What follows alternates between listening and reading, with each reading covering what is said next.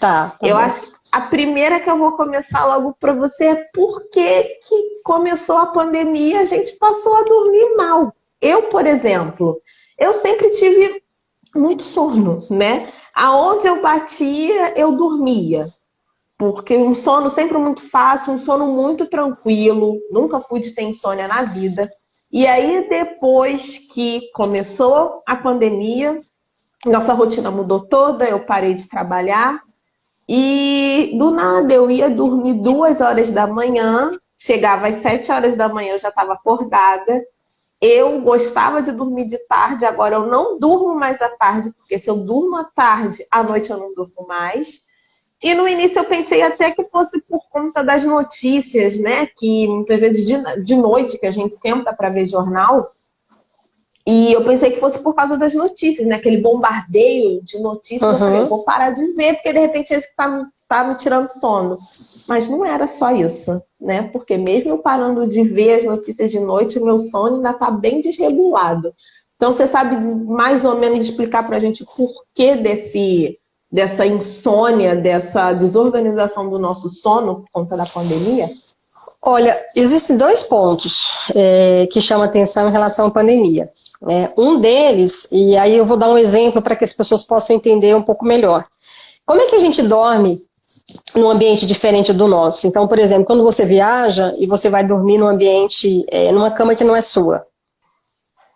Eu vou te fazer É essa bem pergunta, como é que diferente. é diferente, não é verdade? É Então, o que que diferente. acontece? Quando você está num ambiente que é estranho para o seu cérebro, o seu cérebro Uhum, ele entra em um estado que é chamado de estado de alerta ou estado de vigilância. Então, uhum, esse estado sim. de alerta ou de vigilância é demonstrado até simplesmente numa noite que você dorme fora de casa. Por quê? Você não se sente seguro. A gente tem aquela coisa que é primitivo, né? Nós somos da biologia, nós sabemos disso. Aquilo que é primitivo no sentido de você, uma vez que eu não estou segura, meu cérebro ele tem que ficar em estado de alerta para que eu possa responder mais rapidamente. Então, a Uhum. pandemia nunca foi vivida por nós. Então, Não. nós, logo que começou, nós entramos no estado de alerta, porque eram muitas as notícias e ninguém sabia exatamente o que iria acontecer, ninguém sabia exatamente o impacto disso na própria vida, todo mundo entrou em estado de ansiedade. Nós começamos a Uhum. ansiar pelo que vinha.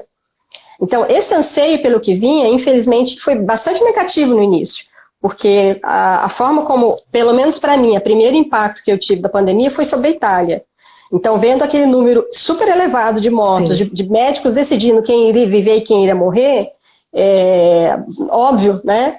Eu fiquei bastante impactada, só que para mim, especificamente, no primeiro mês, eu ainda estava em processo de muito trabalho. Então, Uhum. não tive um impacto. Eu só fui ter um impacto um pouco maior depois. Não Uhum. somente porque deu uma diminuída no trabalho, mas também porque eu tive duas pessoas próximas a mim que se infectaram. Então, uma prima minha daí, do Rio de Uhum. Janeiro, se infectou, foi para o CTI, e uma das minhas grandes amigas Nossa. também infectou na mesma semana. Naquela semana eu tive insônia, né, uma insônia de verdade. E aí eu comecei a sentir estresse, eu comecei a perceber que eu não estava bem. Por quê? De fato, a pandemia bateu na minha porta. Que enquanto a gente vê na TV, é diferente, mas quando você começa a perceber que existem pessoas que você ama e que pode passar por uma situação de risco, você acaba realmente sentindo mais. Então, o primeiro Sim. ponto é esse. O segundo ponto, aquilo que você mesmo disse, você mudou a rotina. O sono gosta de rotina. O sono gosta de manutenção de hábitos. Essa mudança de manutenção de hábitos, ela automaticamente ela vai promover uma alteração do seu funcionamento, dos seus hormônios, da sua ciclicidade. Por isso que eu até, quando a Uhum. gente estava decidindo o título, eu falei, olha, gente, é super importante que as pessoas entendam que a manutenção do ritmo sono-vigília é fundamental para que eu tenha um sono adequado. A gente precisa, o nosso cérebro precisa de pistas ambientais. O que são as pistas ambientais? O claro escuro é o principal. Então, você ter o amanhecer e o anoitecer, isso ajuda a sincronizar, já que nosso dia interno não são de 24 horas, ele dura mais que 24 horas, então você precisa ajustar com o ciclo claro e escuro, mas além disso, tem a parte de alimentação, então pessoas que café da manhã, almoço, lanche, jantar, são pistas ambientais, o trabalho, o horário de entrar, o horário de sair, são pistas ambientais. A partir do momento que eu começo a ficar livre para ajustar a minha rotina, eu começo a desafiar exatamente isso. Então, é muito, muito importante que as pessoas elas entendam que para que o organismo dela funcione de forma adequada, ele precisa dessa ciclicidade. E isso implica nos hábitos. Por isso que a pandemia impactou tanto, porque eu, pessoa, comecei a ditar o meu horário, e não mais os horários começaram a ditar a minha rotina, entendeu? Então, é exatamente aí que as pessoas estão com dificuldade de se ajustar. Deu para entender. Tem alguma coisa a ver com os hormônios? Sim, a regulação do sono tem completamente a ver com os hormônios. Então, a gente tem 2 hormônios que eu vou citar que são antagônicos, né? Eu tenho o cortisol, que começa a ser secretado no final da noite, né, no início da manhã, ele começa a elevar, no final da tarde ele começa a diminuir. E a melatonina, que é exatamente o contrário.